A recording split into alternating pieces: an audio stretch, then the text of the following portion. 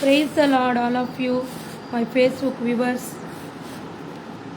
యేసుక్రీస్తు పరిశుద్ధాత్మ నామంలో మీ అందరికి కూడా వందనాలు తెలియజేసుకుంటున్నాను. మళ్ళీ లైవ్లోకి రావడానికి పరిశుద్ధాత్మ దేవుడు యేసుక్రీస్తు చూపించిన విధానాన్ని బట్టి, ఆయన చేసిన ప్రణాళికను బట్టి, ఆయన కృపను బట్టి వేలాది స్తుతులు, స్తోత్రాలు, వందనాలు యేసయ్యకి తెలియజేస్తున్నాను.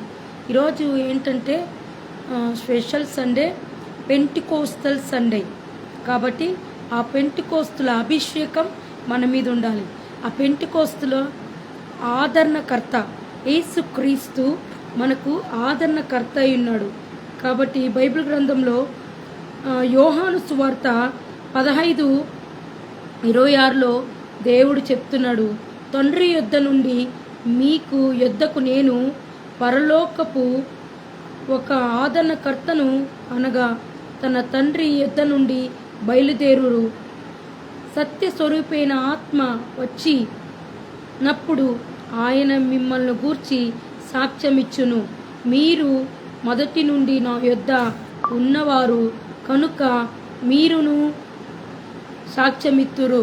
కాబట్టి మనకి పరిశుద్ధాత్మ దేవుడు సాక్ష్యమిస్తున్నాడు. పరలోకానికి వెళ్ళేటప్పుడు యేసుక్రీస్తు తన శిష్యులందరితో కలిసి ఒక గదిలో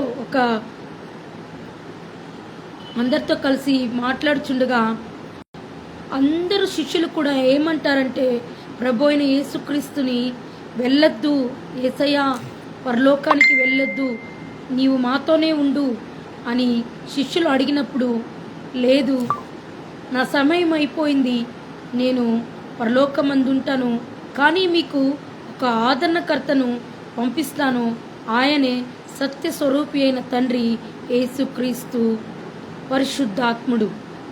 అదే హోలీ స్పిరిట్.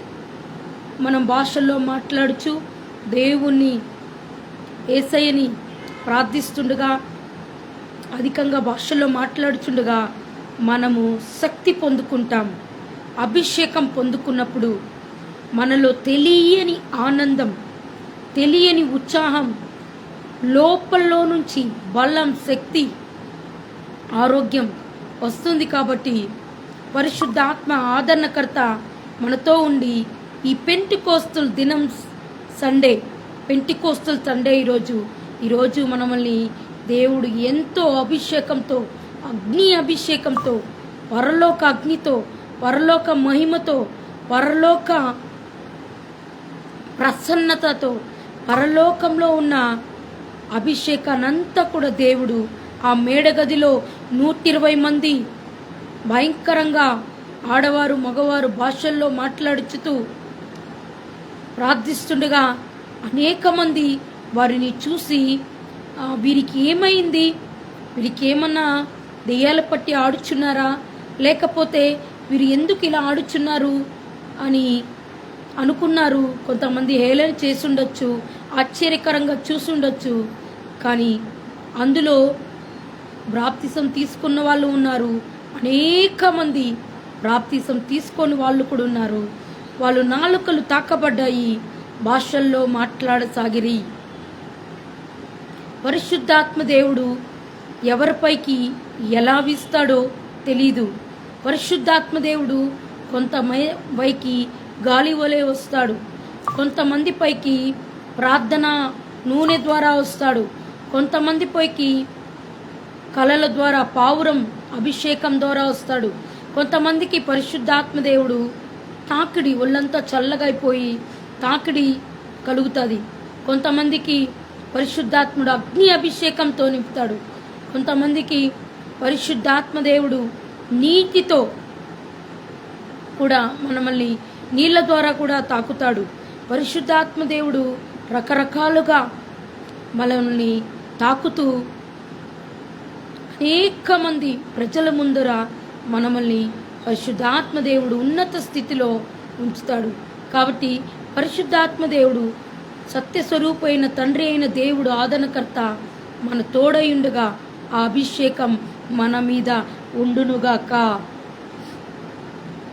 రీలా శక అదే అభిషేకంతో మనం మాట్లాడుచుండగా, అన్య భాషలతో మాట్లాడుచుండగా ప్రతి ఒక్కరు కనెక్ట్ అవ్వాలని ప్రేమపూర్వతో మనవి చేసుకుంటున్నాను. ఈ భాషల్లో మాట్లాడుచుండగా ప్రతి ఒక్కరు కనెక్ట్ అవ్వండి.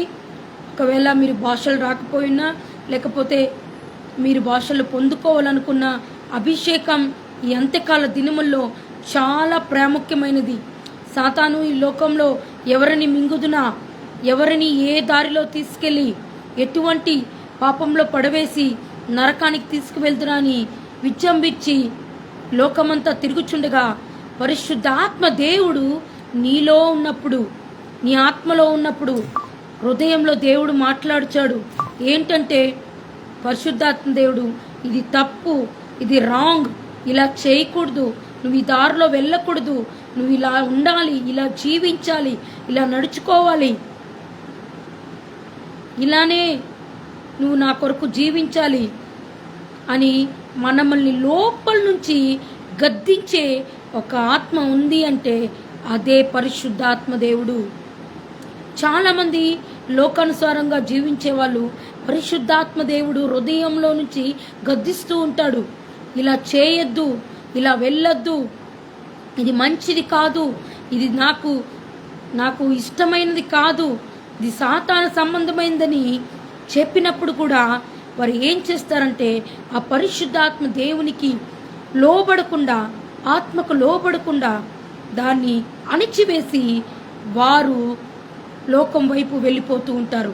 కాబట్టి ఈరోజు పరిశుద్ధాత్మ దేవుడు నీలో ఉన్నప్పుడు, నీలో క్రియ చేస్తున్నప్పుడు, నీలో అభిషేకంతో దేవుడు సంచరిస్తున్నప్పుడు అగ్ని అభిషేకం, అనాయింటింగ్ నీ మీద కుమ్మరించబడబోతుంది. లోకమంతా కూడా విడిచిపెట్టిన యేసయ్య విడువని దేవుడు, ఎన్నడూ నిన్ను ఎడబాయని దేవుడు, ఒకే ఒక్క యేసయ్య ప్రేమించే దేవుడు, క్షమించే దేవుడు, ప్రాణమిచ్చిన దేవుడు, తన రక్తానంతా కార్చి దారబోసి నిన్ను కొనుక్కున్న దేవుడు యేసుక్రీస్తు ఒక్కడే. కాబట్టి క్రీస్తేసు మహిమైశ్వరి చెప్పుల మనకి ప్రతి అవసరత అక్కర ఆయన తీరుస్తానంటున్నాడు. ఫిలిప్పు 4. పరిశుద్ధాత్మ దేవుడు మనల్ని చూస్తుండగా పరలోకంలో యేసయ్య రోజు భయంకరమైన అన్ని భాషలతో మాట్లాడి నాట్యమాడుతూ ఆరాధిస్తుంటే, నాట్యమాడుతూ పాటలు పాడుచుంటే, నాట్యమాడుతూ దావీదు వలె నాట్యమాడి